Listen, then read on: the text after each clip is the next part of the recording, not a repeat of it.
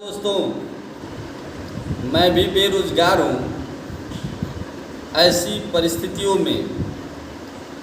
मैं आपके बीच में लाइव आ रहा हूँ। जब देश की सरकार पढ़े लिखे नौजवानों से भारत देश को खिलौना हब बनाने की बात कर रही हो और देश का युवा, देश का पढ़ा लिखा नौजवान, देश का शिक्षित बेरोजगार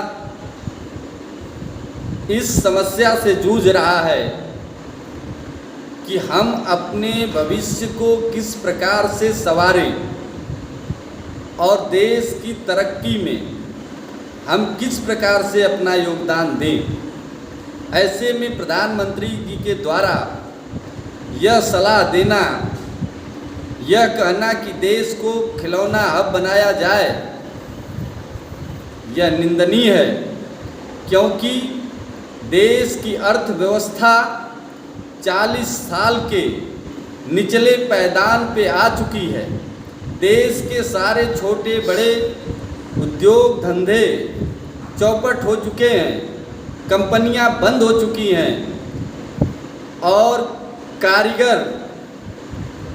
जो उसमें अपने जीविका उपार्जन किया करते थे वो कंपनियों को छोड़ करके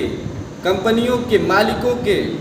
कहने पर वो अपने घरों को जा चुके हैं। इस देश की अर्थव्यवस्था पूरी तरह से ध्वस्त हो चुकी है। ऐसे में नौजवानों से प्रधानमंत्री जी का यह अपील करना कि देश को खिलौना हब बनाया जाए सर्वथा निंदनीय है, क्योंकि खिलौना हब बनाया जाना तो देश की तरक्की के लिए निश्चित रूप से रास्ता प्रदान करेगा। लेकिन आज की जो परिस्थितियां हैं, देश की सरकार ने पढ़े लिखे नौजवानों को, इंजीनियर को, डॉक्टर को, वकील को, प्रोफेसर को एक रोजगार मुहैया कराया था जिसका नाम है पकौड़ा तलना, और आज दोबारा उन्होंने देश के नौजवानों को खिलौना बनाने की बात तो कहा है। लेकिन मैं पूछना चाहता हूँ इस फेसबुक लाइव के माध्यम से कि आपने नौजवानों को संसाधन कब उपलब्ध कराएंगे, कैसे उपलब्ध कराएंगे? आज देश के बैंक नौजवानों को कर्ज देने के लिए भी तैयार नहीं हैं। ऐसी परिस्थितियों में जब आप देश के नौजवानों को, देश के किसानों को, देश के बुनकरों को, देश के छात्रों को, देश के किसानों को 5 किलो गेहूँ, 5 किलो चावल दे करके उनको खिलाने की बात करते हैं कि हमने देश के नागरिकों को खाने की सुविधाएं मुहैया कराया है, ऐसी परिस्थितियों में इस देश का नौजवान खिलौना हब बनाने का कैसे कार्य कर सकता है? इसलिए लगता है कि आपने ये नौजवानों के साथ ये बात कर करके उनको आत्मनिर्भर बनाने की बात करते हैं, तो लगता है कि आपने इन नौजवानों के साथ करारा मजाक किया है। इस फेसबुक लाइव के माध्यम से इसकी मैं घोर निंदा करता हूँ। आपने एक और कार्य किया है इस देश की तरक्की के लिए। आपने कहा कि जो कर्मचारी शारीरिक रूप से अक्षम हैं या 50 साल की अवस्था पार कर चुके हैं, उनको नौकरियों में रहने का कोई अधिकार नहीं है, उनको सेवानिवृत्त करने की आपकी योजना चल रही है। तो आप इसके साथ ही साथ एक और कार्य कर देते कि जो लोग किसी भी मंत्रालय में किसी भी बड़े से बड़े पदों पर जो आसीन हैं, चाहे वो प्रधानमंत्री जी ही क्यों न हो, उनको नैतिकता के आधार पर त्याग पत्र दे देना चाहिए। देश के लिए मिसाल बनना चाहिए, नौजवानों का आप आइकान बन जाते। ये जो आपने हमसे जो उम्मीद किया है, देश की जनता से जो उम्मीद किया है, आपको गांधी जी के उन चरित्रों को भी याद करना चाहिए कि जब वो उनको किसी मरीज को गुड़ छुड़वाने की बात करना था तो उन्होंने उसको कहने से पहले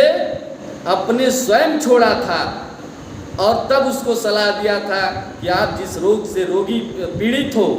उससे निजात पाने के लिए आपको मीठे का त्याग करना होगा। प्रधानमंत्री जी, आप अच्छी अच्छी बातें करते हैं जनता के सामने, लेकिन इस देश का दुर्भाग्य है कि आपके नेतृत्व में इस देश में भारतीय संविधान की धज्जियां उड़ाई जा रही हैं, क्योंकि ये इस देश के संविधान में यह व्यवस्था थी कि देश की सरकार किसी भी धर्म विशेष पर इस देश न प्रचार करेगी न प्रसार करेगी, न उसके लिए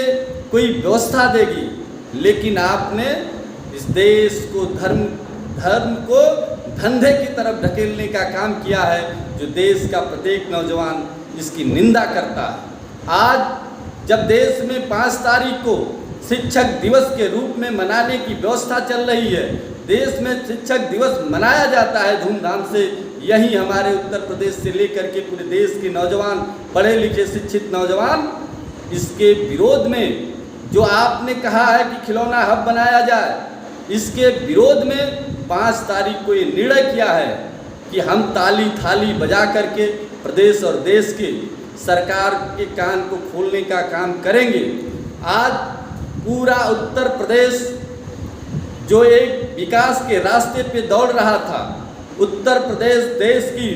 आत्मा माना जाता था, लेकिन आज उत्तर प्रदेश की कानून व्यवस्था की हालत ऐसी है कि उत्तर प्रदेश को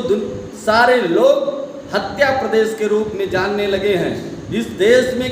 प्रदेश में कानून नाम की कोई चीज़ रह ही नहीं गई है। आज यहाँ जंगल राज पूरी तरह से स्थापित है। इस कोरोना जैसी महामारी के बीच में जब पूरी दुनिया अर्थव्यवस्था के रूप में त्रायमान के रास्ते पर है, पूरी दुनिया अपने नागरिकों की सुरक्षा के लिए, पूरी दुनिया अपने नागरिकों के स्वास्थ्य के लिए जब कार्य कर रही है, वैक्सीन की खोजने की कोशिश कर रही है, ऐसे में हमारी सरकार उन 50 साल पुरानी पद्धतियों पर ले जाने की बात कर रही है। आज पूरी दुनिया में नंबर 1 कोरोना पॉजिटिव के रूप में देखा जा रहा है, जो कि हम लोगों ने पहले ही अंदेशा जाहिर किया था कि इस सरकार में कंपटीशन है कि इस देश को निगेटिव जगह पे भी हम पूरी दुनिया में नंबर 1 पर स्थापित करेंगे, और आपने स्थापित करके पूरी दुनिया को दिखा दिया। इसके लिए आप निश्चित रूप से ये माना जाता था कि ये सूट बूट की सरकार, कभी भी किसानों की सरकार, कभी बुनकरों की सरकार, कभी बेरोजगारों की सरकार, कभी छात्रों की हितैषी सरकार नहीं हो सकती है। इस फेसबुक लाइव के माध्यम से मैं भी बेरोजगार हूँ का समर्थन करते हुए इस देश की सरकार से ये मांग करते हैं कि यदि आपने देश की एकता और अखंडता को खंडित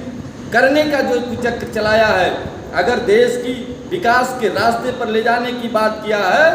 तो खिलौना हब तभी संभव हो सकता है कि आप पढ़े लिखे नौजवानों को संसाधन मुहैया कराएं, तब जाकर के ये देश विकास के रास्ते पर चल सकता है। अगर ऐसा नहीं कर पाते हैं तो निश्चित रूप से ये केवल नौजवानों के साथ मजाक है, बाकी कुछ भी नहीं। आपने इस देश को भय मुक्त, भ्रष्टाचार मुक्त करने की बात कहा था, लेकिन आज देश के अंदर पूरे नौजवान इस देश की सरकार के कृत्यों से भयभीत हैं। न जाने कब तक हमारा रिजल्ट आएगा। उनके भविष्य के साथ जिस प्रकार से आप खिलवाड़ करते हैं, ये बीजेपी की सरकार, जब कभी राजीव गांधी जी ने कंप्यूटर को लाने का प्रयास किया था, तब इस सरकार ने कहा था कि विदेश के कबाड़े को ला करके इस देश के नौजवानों को बेरोजगार करने की बात कर रहे हैं। लेकिन आज दुर्भाग्य है कि यही सरकार नौजवानों से, बच्चों से,